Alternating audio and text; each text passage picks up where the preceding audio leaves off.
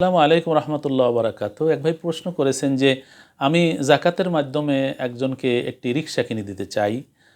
হ্যাঁ, এটি আপনি দিতে পারেন, তবে টাকা দিয়ে দেওয়াই উত্তম। তারপরে আপনি মনে হয় এজন্য দিচ্ছেন যে এটি তার রোজগার করার একটা উপায় হলো, সে আর জাকাত নিতে হবে না, দরিদ্র আর থাকবে না। হ্যাঁ, এটি উত্তম।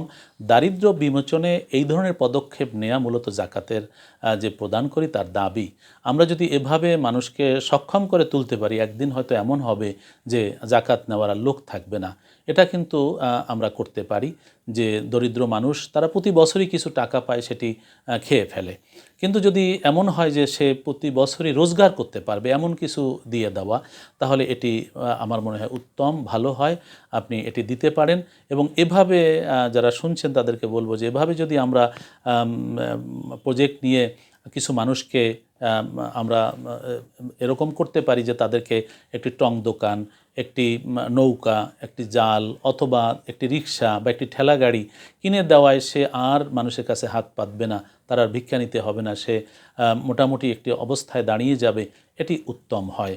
তবে মানুষের যখন অভাব হয়, না খেয়ে মারা যাওয়ার পরিস্থিতি সৃষ্টি হয়, তখন কিন্তু তাদেরকে টাকা, জাকাত, অর্থ এমনি দিয়ে দেওয়াটা উত্তম। অতএব মানুষকে কর্মক্ষম করবার জন্য এমন কিছু কিনে দেওয়া, সেটি আপনি দিতে পারেন।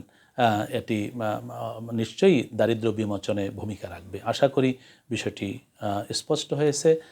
আল্লাহ পাক আমাদেরকে সঠিক বুঝ দান করুন। আসসালামু আলাইকুম রহমতুল্লাহ।